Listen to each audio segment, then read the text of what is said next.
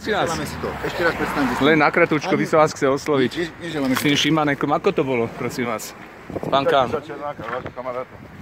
Kamaráta?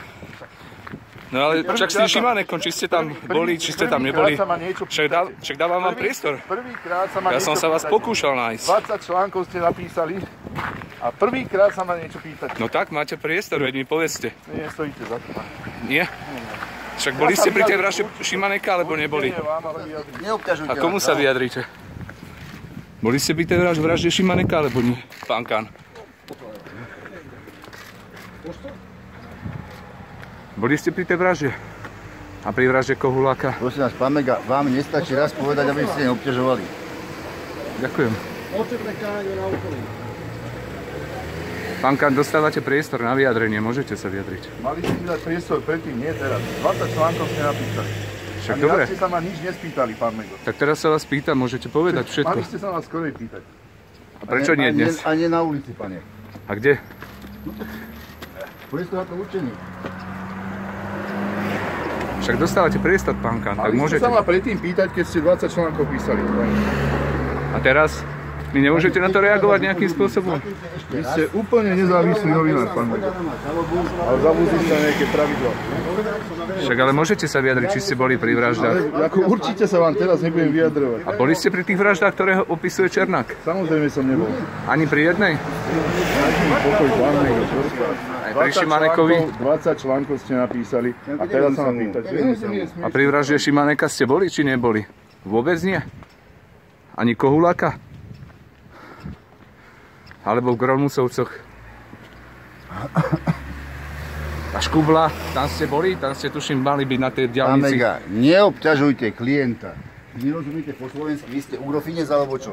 Nie, však sú to legitímne otázky a pán Kán dostáva priestor na vyjadrenie. Ak sa niekto nechce baviť, tak sa neobťažujte. Tak ale priestor na vyjadrenie dávame, tak je to... Áno, dávate po roku a pol. Tak. Dostávate priestor na vyjadrenie a môžete sa vyjadriť. Veď na tom nič nie je. Povedzte, ako to bolo. Vám to poviem hneď. A nepoviete? Pustite nás, obťažujú novinári, prosím nás, pekne. Vy sa nemôžete priestor. Aspoň nakrátko by ste mohli. Len reagovať, že či ste teda vraždili, či ste pri tých vraždách boli, akým spôsobom ste sa zúčastňovali.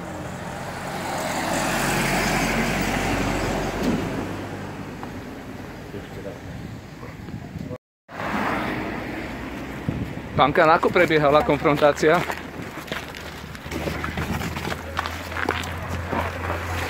Normálne prebehla. Černák sa priznal. Tak... Priznal sa? Priznal sa. A vy ste sa priznali? K niečomu? Nebudem sa vyjadrovať, ďakujem. Potom príde čas. Nehovor, nič pôjdem.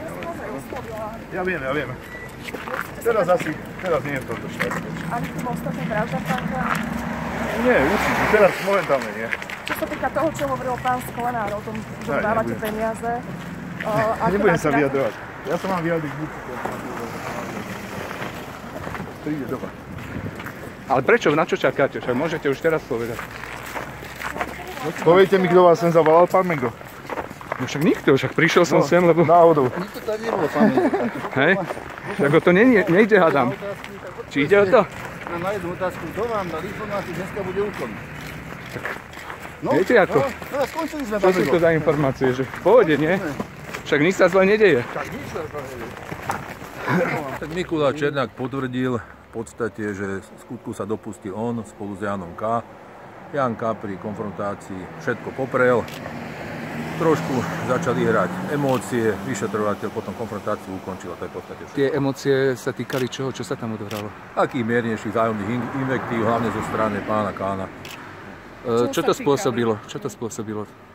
Nič závažné to nespôsobilo, ale bolo vidieť, že obidva sú nervózni. Myslím nejaká hláška, alebo to, že ho obviňuje, že tiež sa zúčastnil, on odmieta tú vraždu, alebo čo sa tam presne tak odohralo?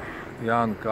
povedal Černákovi, že by si mal psychiatra objednať, zabezpečiť lekára. Také osobné invektívy, ale vyšetrovateľ to ukončil. Ako na to reagoval Černák?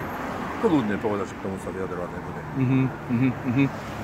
Ukončená teda tá konfrontácia nejakým spôsobom prebehla tak ako mala, alebo bola predčasne ukončená kvôli týmto veciam?